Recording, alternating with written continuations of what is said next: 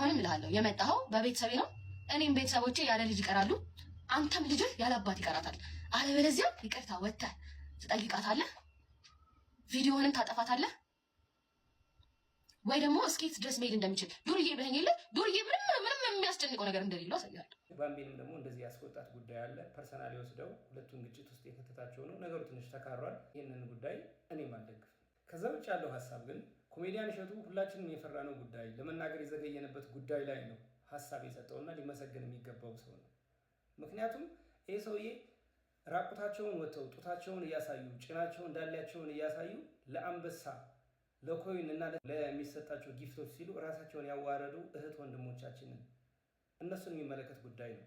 ስለዚህ ይሄ ጉዳይ እንደ ኢትዮጵያ ሁላችንም አዋርዶናል። ስለዚህ በቻላችሁት መጠን ከእንደዚህ አይነት ነገር ለመውጣት ሞክሩ።